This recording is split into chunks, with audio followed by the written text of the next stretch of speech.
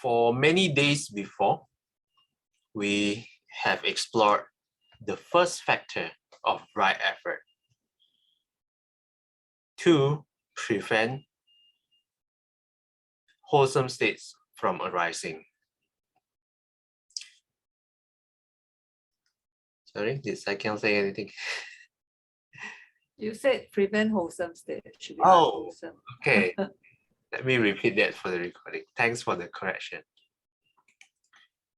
The first factor of right effort is to prevent unwholesome states from arising. Okay. Thanks a lot for the correction. If not, I'll be in big trouble.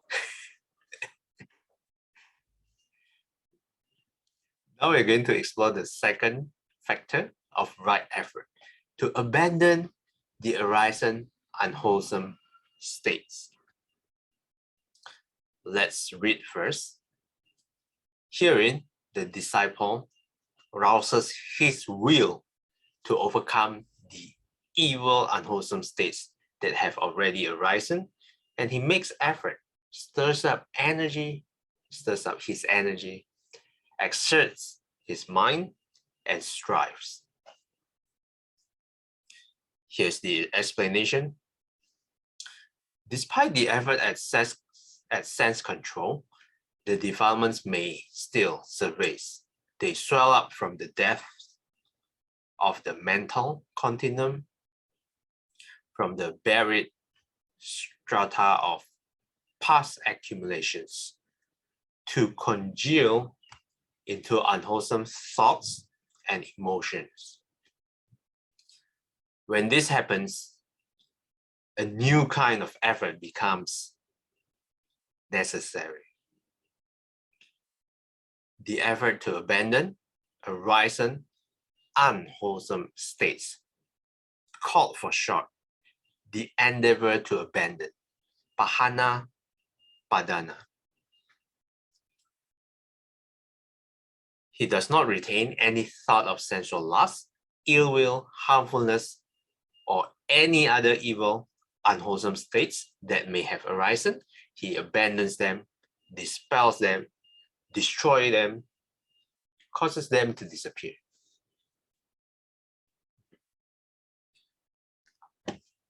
These two paragraphs that is a little bit indented is from the sutta itself,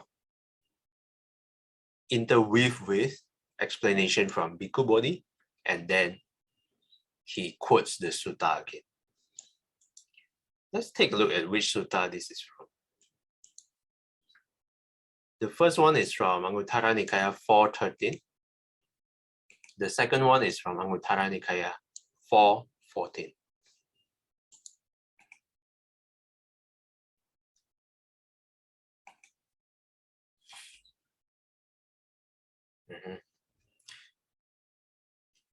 So how can we understand this? Usually, one way to see this is using the analogy of money. Unwholesome states, you can consider it as debt, D-E-B-T, the money that you owe someone or somebody. It can be owing a bank or owing a friend. Recall that for unwholesome states, and for both states actually, there is a double task. For unwholesome states, the first one is to prevent unwholesome states from arising at all. That is the first task. Second one, if there's already unwholesome states, we try to abandon them, which is this second task. In the analogy of a debt, try not to have debt. Try not to. If your debt is zero, try to maintain at zero. Prevent it from accumulate. Try not to owe people money. Even though in modern context it's not so easy. I think most people would have some form of debts, especially to the banks.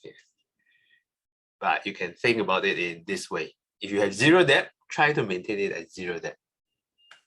If you have $1,000 of debt, if you owe people $1,000, now this is the second task. Try to abandon the arising unwholesome states. Not in the sense that don't pay the debt, but try to, finish paying what you owe. There is one way how I see this two double tasks in dealing with unwholesome states. If you don't have a debt, don't accumulate debt. If you already have a debt, try to pay up your debt. This is the double effort of dealing with unwholesome states. Let's read the explanation here. Despite the effort at sense control, recall that sense control, which what we have been exploring for the past few days, restraint of the sense faculties, and with the clip of explanation by Bhikkhu Bodhi. Despite all this effort, the defilements may still surface. They swell up. How are they still surfacing? You might ask. They swell up from the depths of mental continuum, from the buried strata of past accumulations. Let's take a look at what is strata. Stratum. Stratum, the definition here. A layer or a series of layers of rock in the ground. So we can also call it layer. But Bhikkhu Bodhi use it here metaphorically. Second definition, a level or class to which people are assigned according to their social status, education, or income. Yeah, feels like the first definition is more correct in this, or more suitable in this context. Defilements still arise from the buried strata of past accumulations. It means all our past actions, past karma accumulates in the deep mind, the depths of the mental continuum.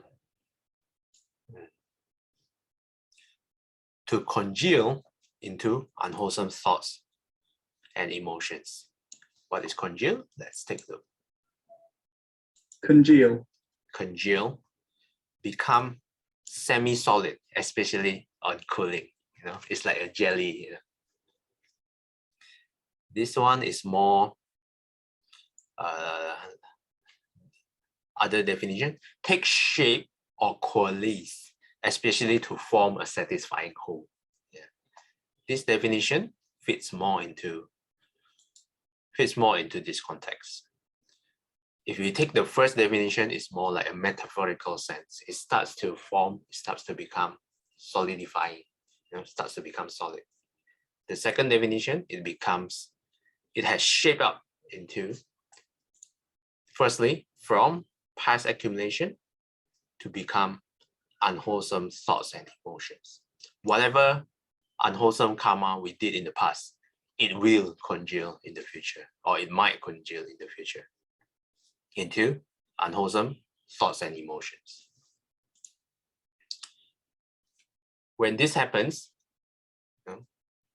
a new kind of effort becomes necessary. The effort to abandon arising unwholesome states called for, short, again, the endeavor to abandon.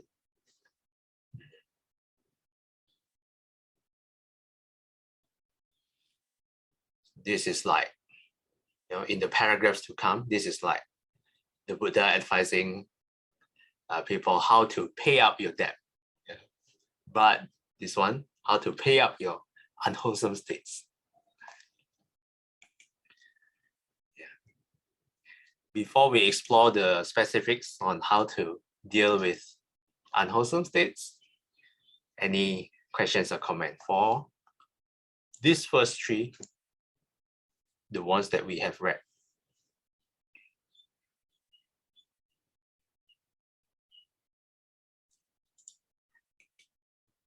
Okay, if not, let's take a look at at how the Buddha offers advices to deal with unwholesome states that have arisen. Let's get Brother Waken. Would you like to read? Oops. Do I start reading? Yes. Okay. Just as a skilled physician has different medicines for different ailments, so the Buddha has different antidotes for the different hindrances, some equally applicable to all, some geared to a particular hindrance. In an important discourse, the Buddha explains 5 techniques for expelling distracting thoughts. The first is to expel the defiled thought with a wholesome thought, which is its exact opposite, analogous to the way a carpenter might use a new peg to drive out an old one. For each of the 5 hindrances, there is a specific remedy, a line of meditation designed expressly to deflate it and destroy it. This remedy can be applied intermittently when a hindrance springs up and disrupts meditation on the primary subject, or it can be taken as a primary subject itself, used to counter a defilement repeatedly seen to be a persistent obstacle to one's practice. But for the antidote to become effective in the first role, as a temporary expedient required by the upsurge of a hindrance, it is best to gain some familiarity with it by making it a primary object, at least for short periods. Thanks, Waken.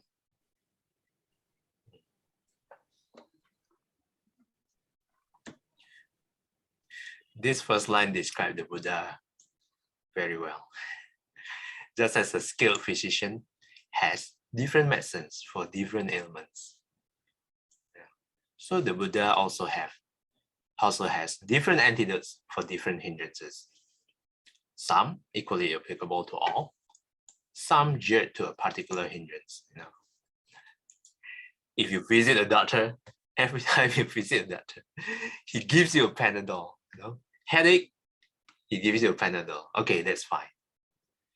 Stomach ache, he also gives you a Panadol. You have a fracture in your legs, then he gives you Panadol again. What kind of doctor is that? Every time you visit, gives you a Panadol. But no, usually doctors, a good doctor don't do that. Actually, I don't know if any doctors do that. I hope not. But a good doctor will give you different medicines for a different ailments, different illness.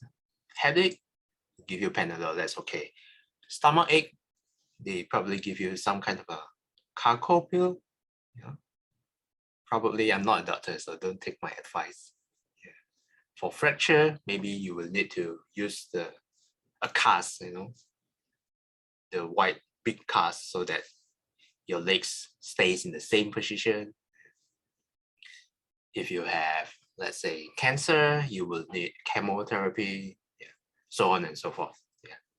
Different ailments need different kinds of treatment. That is the point of the first sentence.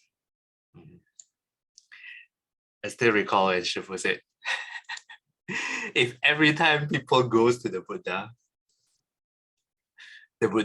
only says, dukkha anicca anatta, dukkha anicca anatta, which is true. I mean, it's true. This is the main teaching, the very core teaching of everything.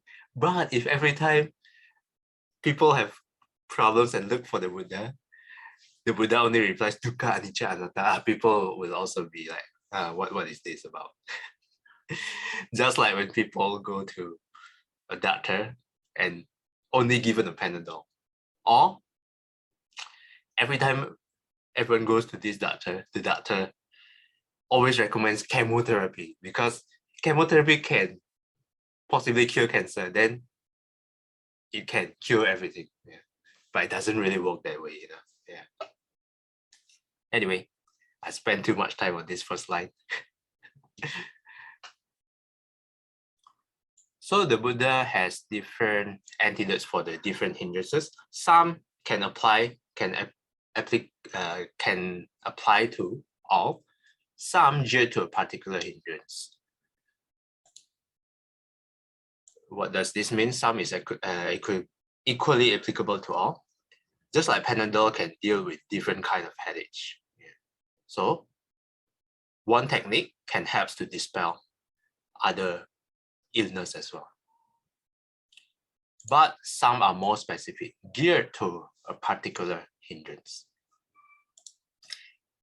In an important discourse, the Buddha explains 5 techniques for expelling distracting thoughts, discursive thoughts. This one is in Majjhima Nikaya 20, which is in this sutta. I just paste the link in the chat, as well as in the group chat later. The first is to expel the defiled thought with a wholesome thought, which is its exact opposite. I'm reading this one. Analogous to the way a carpenter might use a new pack to drive out an old one. Let's explore this a little bit deeper. Let me zoom in this one. This one refers to this specific paragraph, number 1. Here, when a bhikkhu is giving attention to some sign, and owing to that sign, there arise in him evil and unwholesome thoughts connected with desire, with hate, and with delusion, then he should give attention to some other sign connected with what is wholesome, the opposite of it.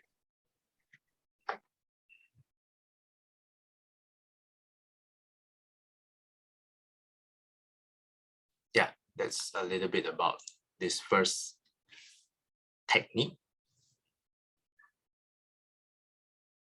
So if you have thoughts of desire, then the opposite will be the thoughts of renunciation. If you have thoughts of ill will, then the opposite of it would be the thoughts of loving kindness.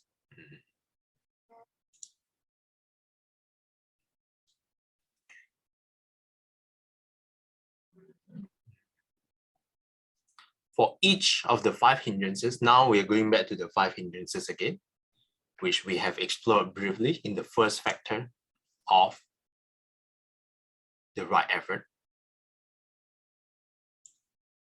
For each of the 5 hindrances, there is a specific remedy, a line of meditation designed expressly to deflate it and destroy it. The remedy can be applied intermittently when a hindrance springs up and disrupts meditation on the primary subject, or it can be taken as a primary subject itself, used to counter a defilement repeatedly seen to be a persistent obstacle to one's practice of meditation.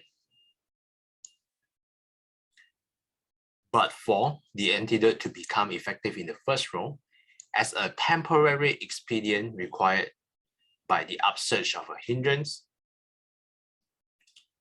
it is best to gain some familiarity with it by making it a primary object, at least for short periods. So let's elaborate a little bit on this paragraph, on these lines.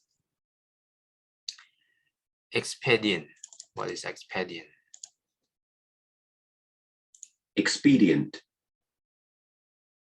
Of an action. Convenient and practical, although possibly improper. I don't think it's immoral. I mean, in this context at least. A means of attaining an end, especially one that is convenient. Let's stop at this definition. The last one doesn't really, this phrase doesn't really apply in our context. I don't think what we do is immoral. But it's more like temporary technique. We can use this remedy to become our primary subjects when the hindrance becomes, let's say, too strong. The upsurge of a hindrance. Let's say when sleepiness or dullness always affect our meditation, then we can try to deal with it first. Make the remedy as our primary subject. Let's define upsurge here. An upward surge in the strength of or quantity of something, an increase. When there is a very strong hindrance, specific hindrance that you are having. Here, this line says, it is best to gain familiarity with it, with this hindrance, by making this hindrance a primary object, at least for short periods. A primary object for what? A primary object to be overcome.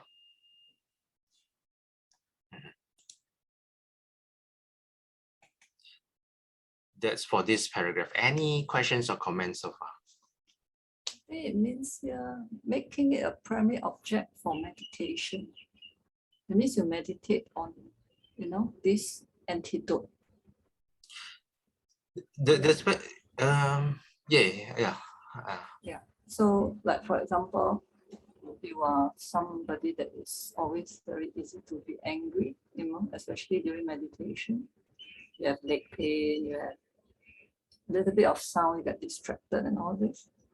So I think the advice here is always start with loving kindness. That means during your meditation, you do periods of metta. That means you send loving kindness, make this become familiar with metta. So when you encounter ill will, then you can be easier to practice metta on the ill will that arise. Yeah, I think that's my interpretation of making it the primary object. Yes. That's exactly true. But the specific will be elaborated in the paragraphs to come. The one that Saikyang mentioned is actually, you see this line, ill will miss its proper remedy in the meditation on loving kindness, metta. So if you'd like to know, please attend for the days to come if you'd like to know more details. But thanks again for sharing. Any other questions or comments before we wrap up?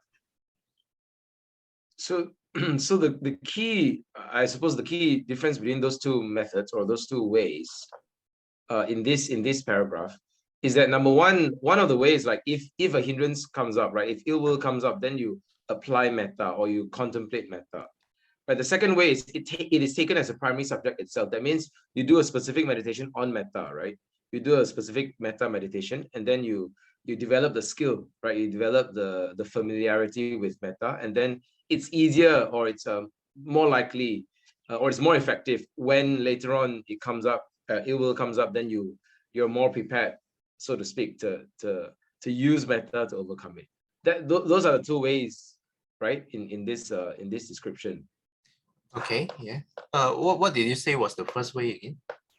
The first way is when ill will comes up, then you contemplate metta. Yes. The second way is like, okay, I'm going to specifically cultivate metta in this meditation session. Yeah. Yes, exactly. Yeah, I think right. All right. Yes. Right. Okay. Okay. Thanks a lot. And Bhikkhu Bodhi says that, like, for the antidote to become effective in the first role as a temporary expedient, it is best to gain some familiarity. So the idea is like intentionally cultivating metta specifically would actually develop your skill, right? To make it effective when later on you face ill will or any other hindrances. I see. Okay.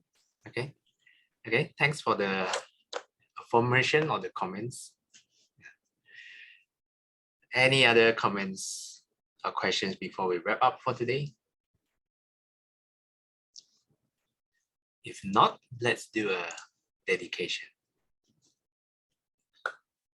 愿消三障诸烦恼，愿得智慧真明了，普愿罪障悉消除，世世常行菩萨道。阿弥陀佛. Till we meet again, may we be guided by the Buddha, the Dhamma, and the Sangha. Sadhu, sadhu, sadhu. Have a wonderful Wednesday ahead. Thanks everyone for participating. It's good to see you all again. I'll see you guys again next time. Thank you, everybody. Thank you. Bye bye.